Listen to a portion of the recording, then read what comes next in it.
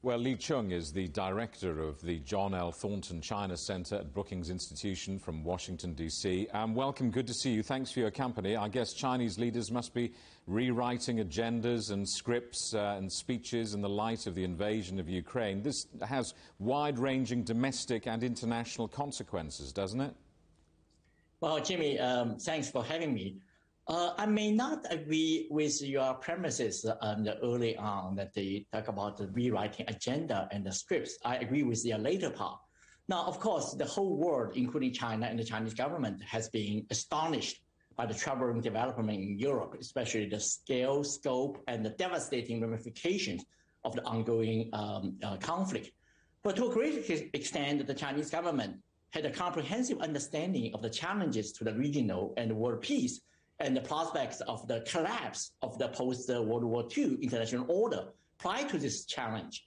Now, this is what the Chinese leaders call profound changes unseen in a century. Xi Jinping made this point a few years ago. Now, in a way, what happened in Europe has proved the fear and concerns expressed by Chinese policymakers before.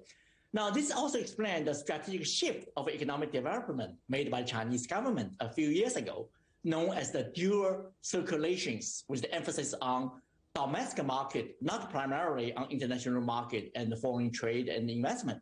Now, this also explains the GDP growth rate target announced today, as your previous segment said, from the previous year 6% to 5.5% for this year, largely because of the what happened in Europe. Now, 5.5 is not bad, and actually 2 years ago, 2.3% in 2020 is the highest in the world. I also believe that this 5.5 is also one of the very highest growth rate for this year. You're a seasoned China watcher. For those who are not, just give us some bullet points as to what we should be looking out for over the coming days. Well, I think that the Chinese will follow very, very closely how the various stakeholders will do, especially how the strategic measures and policies of the U.S. and its ally regarding China will look like.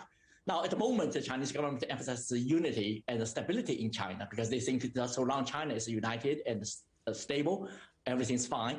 But I also see that the Chinese public, intellectual communities, economic elites, and the political elites, they all have different views and attitudes. This is partly reflect China's pluralistic trend, also reflect the dilemma and in terms of interest and values and etc. So their policy is a common prosperity, crack down monopoly, and prevent the profit bubble, and also try to use that opportunity, improve relationship with EU and with China's neighboring countries.